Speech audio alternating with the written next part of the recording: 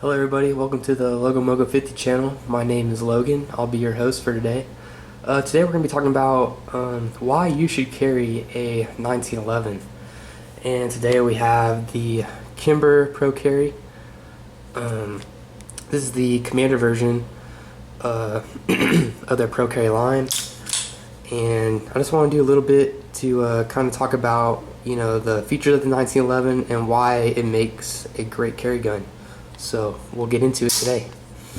To start off, we'll talk about the battle-proven record of the 1911. As of course, this pistol has been around since the year 1911, and basically most pistol designs that are that we have today are all based off the 1911.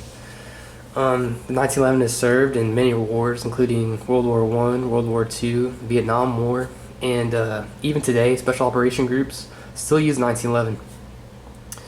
That just goes to show that this pistol is just, I don't know, there's just something about it that grabs people's attention and it sticks with them.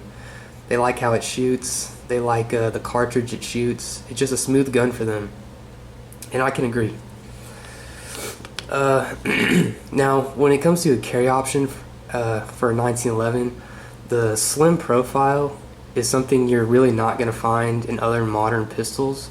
Now, they are like smaller pistols, like 380 caliber or even 9mm, that are pretty slim. But for like a pistol that is chambered in 45, let's give an example of a more modern pistol. This is a Glock 21, and of course this is a full-size pistol, but it's a modern 45, and it's a lot bigger and kind of clunkier than 1911. So that slim profile makes it super comfortable to carry, and it makes it easier to conceal. And I think that's the most important part if you are going to conceal carry, is you want to make it so where no one knows that you have a gun. That's the whole point of concealed carry. So I think the 1911 does a good job in that perspective. The slim profile kind of goes into it's comfortable to carry. As with this one has like the bobtail mainspring housing at the end here.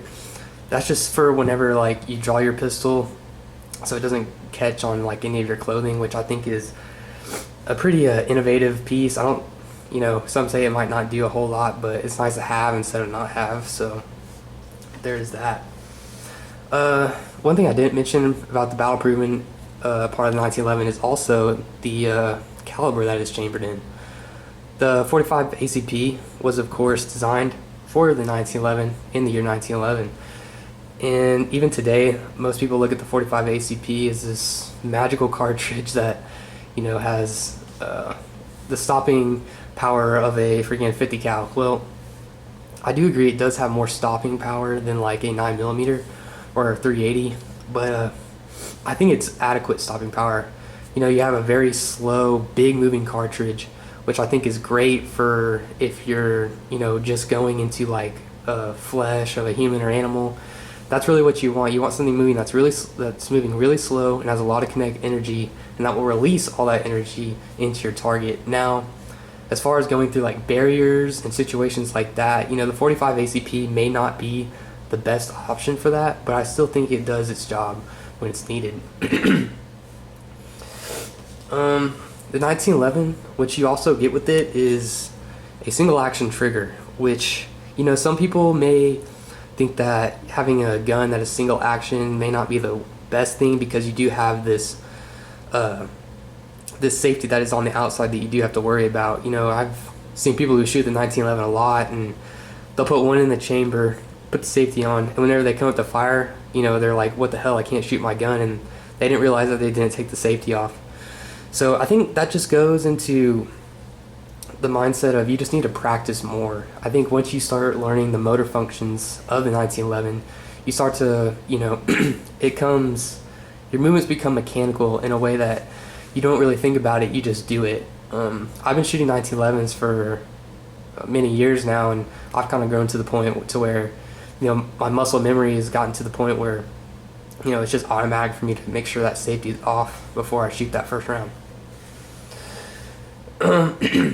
Another thing with 1911 is much like an AR-15, there are so many parts for the 1911 to make your gun the most customizable gun that you want it to be. For example, the sights on this 1911, I believe they're either Trijicon or I don't know, a company like that, but they're night sights, and I think for a carry gun that's a must, because guarantee the most of your encounters with bad people are probably going to be during the night, you know. So you want to be able to see your target. And I mean, as far as customize, can't speak. It being custom, there's various, you know, grips that you can put on the gun to make it more like your style, I guess. These are just the grips that came on the gun. They have the Crimson Trace laser, so that's why I keep them on here. You know, you can get different slide stops that are extended or non-extended.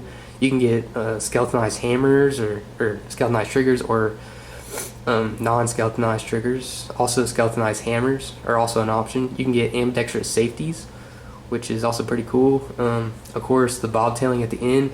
I'm not exactly sure if that's an option that you can just like throw on your gun, but it's definitely, if you wanted to have that on your 1911, it's definitely possible.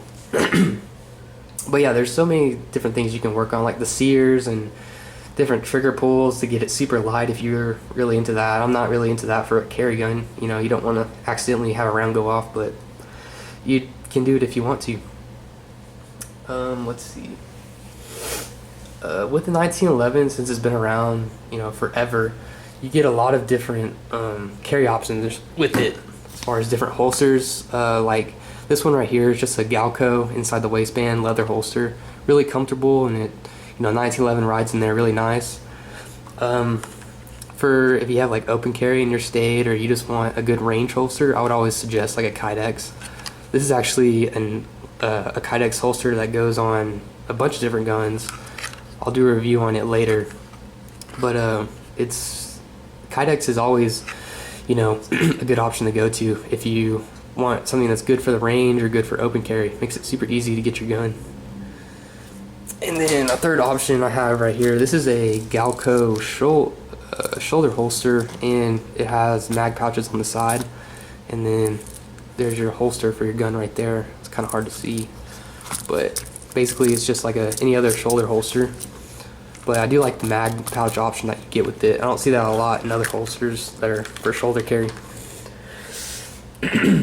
So moving on here, with the 1911 you get a whole bunch, well not really a whole bunch, but basically 3 different options for the slide length or the barrel length. They have like the government model, which is the full length version of the 1911. I believe that's a 5-inch barrel. You have the commander size like this one, which I believe is a 4.25-inch barrel.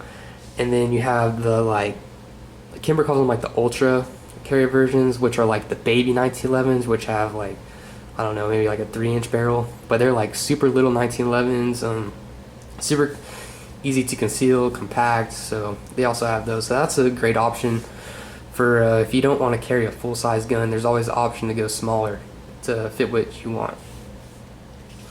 So I already talked about the 45. We'll talk about some cons of 1911, and the first con that everybody is always going to talk about is capacity. Now with modern magazines, you can usually get 8 plus 1 in the 1911. This is an 8-round magazine, but as you can see, it's got this base plate on the end to make it an 8-round magazine. Usually you only get 7 rounds, so that's like the standard, but 8-round magazines are now becoming the standard. You usually get them with all your pistols that you buy, as far as 1911 goes.